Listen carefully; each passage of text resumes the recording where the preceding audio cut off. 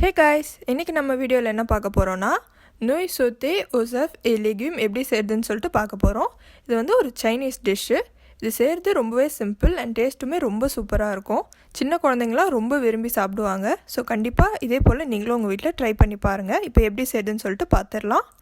இப்போ அதுக்கு நம்ம நூடுல்ஸ் எடுத்துருக்கோம். இந்த மாதிரி தண்ணியை கொதிக்க வச்சுருக்கோம். அதில் இப்போ நம்ம நூடுல்ஸை வந்து சேர்த்துக்கலாம். சேர்த்து கலந்து விட்டுக்கோங்க.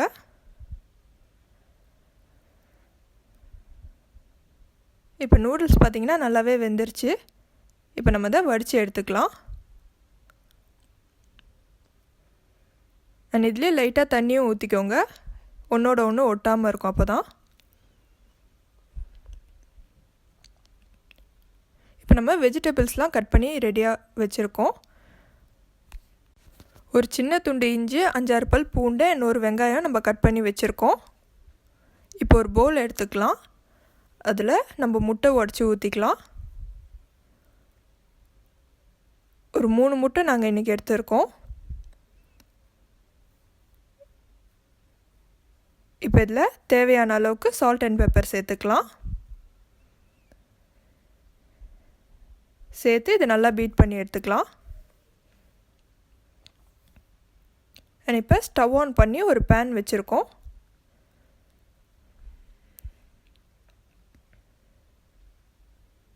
இதில் கொஞ்சமாக ஒரு டேபிள் ஸ்பூன் அளவுக்கு ஆலிவ் ஆயில் சேர்த்துருக்கோம்.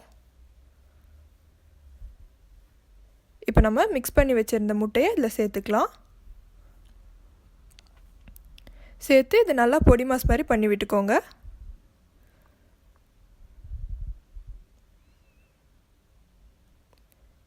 இந்த மாதிரி பண்ணி நம்ம தனியாக ஒரு சைடில் எடுத்து வச்சுக்கலாம்.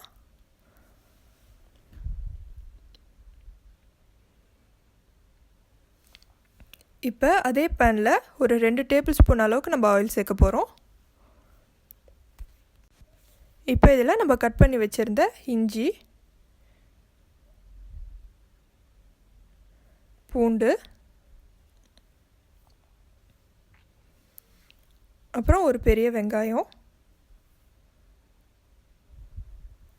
சேர்த்து நல்லா வதக்கிக்கலாம். இது ஓரளவுக்கு இந்த மாதிரி வதங்கினதுக்கப்புறம் நம்ம வெஜிடபிள்ஸ்லாம் சேர்த்துக்கலாம். பீன்ஸ் ஃபஸ்ட்டு கேரட் சேர்த்துக்கலாம், ஒரு கைப்பிடி அளவுக்கு. அப்புறம் பீன்ஸு அதே அளவுக்கு. அண்ட் கேப்சிகம் சேர்த்து இது நல்லா வதக்கி விட்டுக்கலாம்.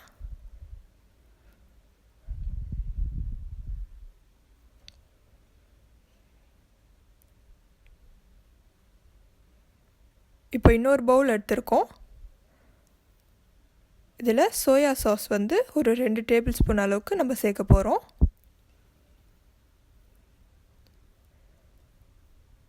இதோட ஆயிஸ்டர் சாஸ் வந்து ஒரு டேபிள் ஸ்பூன். உங்கள்கிட்ட இல்லைன்னா ஸ்கிப் பண்ணிக்கோங்க. அண்ட் சில்லி சாஸ் வந்து ஒரு டேபிள் ஸ்பூன்.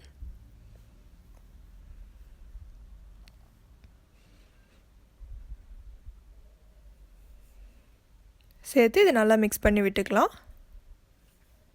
இதோடு சேர்த்து கொஞ்சோண்டு தண்ணி.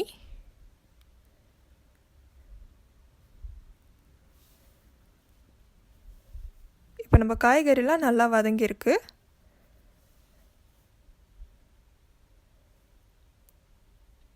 இதில் இந்த முட்டையும் சேர்த்துடலாம்.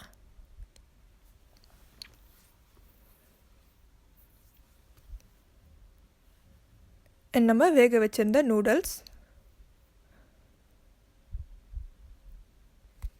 அப்புறம் நம்ம மிக்ஸ் பண்ணி வச்சுருந்த சாஸையும் இதில் சேர்த்துடலாம். சேர்த்து நல்லா கலந்து விட்டுக்கோங்க.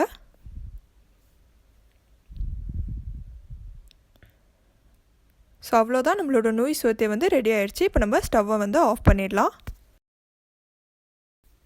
இப்போ நம்ம வந்து ஒரு பிளேட்டில் வந்து ட்ரான்ஸ்ஃபர் பண்ணியாச்சு. இது செய்கிறது வந்து ரொம்ப சிம்பிள். ஸோ கண்டிப்பாக இதே போல் நீங்களும் உங்கள் வீட்டில் ட்ரை பண்ணி பாருங்கள். அண்ட் இந்த மாதிரி நிறைய டிஃப்ரெண்ட்டான ரெசிபீஸ், இன்டர்நேஷ்னல் ரெசிபீஸ்லாம் வேணும் அப்படின்னா கண்டிப்பாக யூஸ்ஃபுல் என்டர்டைன்மெண்ட் சேனலை சப்ஸ்கிரைப் பண்ணி வச்சுக்கோங்க. இந்த வீடியோ உங்களுக்கு பிடிச்சிருந்தா லைக் பண்ணுங்கள். அண்ட் உங்கள் ஃப்ரெண்ட்ஸ் அண்ட் ஃபேமிலிஸ்க்கு ஷேர் பண்ணுங்கள்.